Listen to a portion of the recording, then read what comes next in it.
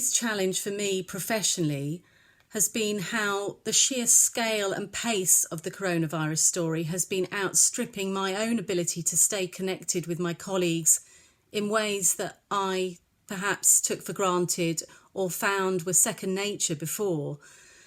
Some of those colleagues, of course, are themselves recovering from being sick or grieving for somebody close to them who's died, or concerned about somebody who's critically ill that's close to them.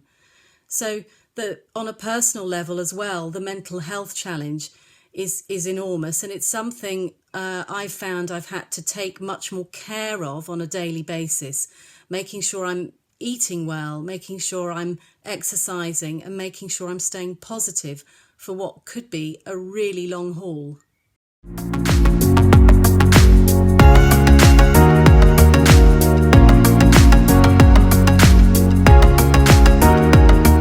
Not being able to have guests physically in the TV or radio studio has been an interesting one, hasn't it? And it's had some surprising advantages as well as all the disadvantages.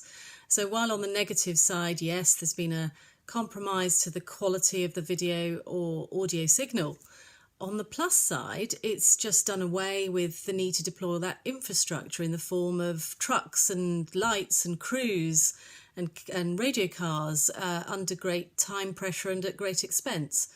It's also made our audiences, I think, a bit more forgiving about what they're hearing and about what they're seeing on the screen.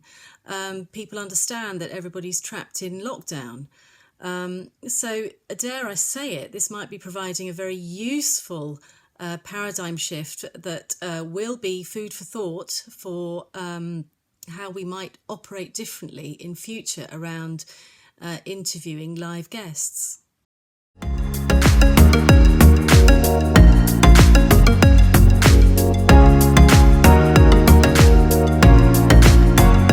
So at the moment, I would say that the ratio of coronavirus to non-coronavirus story that we're covering is about 8-2.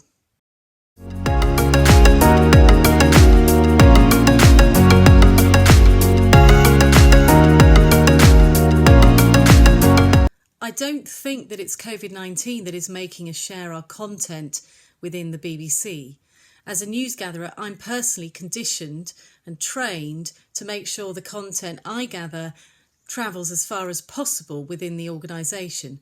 So I would say that COVID-19 is just the latest story in which we're applying those best practice principles.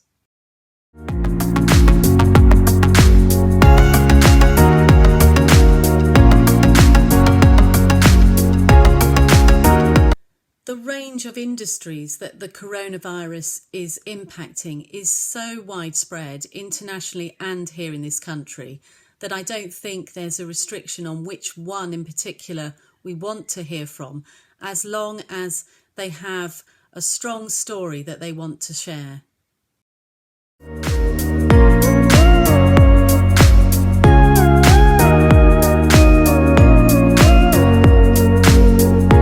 One key aspect of COVID-19 that I think we'll continue to be looking at in the next few weeks will be the high street and how our changing behaviours around shopping will continue to adapt as we emerge from this lockdown. I think we'll also start to hear more detail about the plans for a restart in the world of sport, which, if you remember, was quite slow to introduce its social distancing measures at the start of the crisis and was heavily criticised for that. There's always going to be an appetite also for more myths busting in our reporting after more and more fake news stories around COVID that continue to spread, just like the one saying that the woman who took part in the Oxford vaccine trial had subsequently died when she hadn't.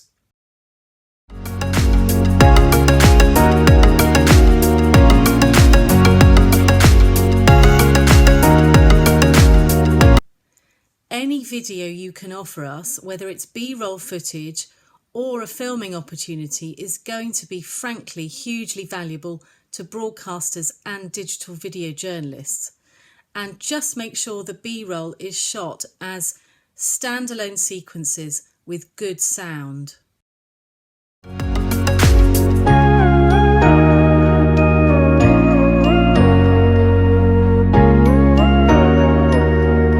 Of course, it would be misleading of me to suggest that now's a good time for you as a PRO to be pitching your middle range, middle bulletin kind of story at BBC News that is not about the coronavirus crisis. Our whole planning operation, whether it's overseas in the Foreign Bureau or here in the UK, does not have the line of sight or the capacity to think about much beyond this story right now. Having said that, though, I am starting to sense that editors are looking at, do have an appetite for starting to bring other stories, if they're very strong, back into the mix. So don't be disheartened. Keep looking for the very strong story, whatever it might be.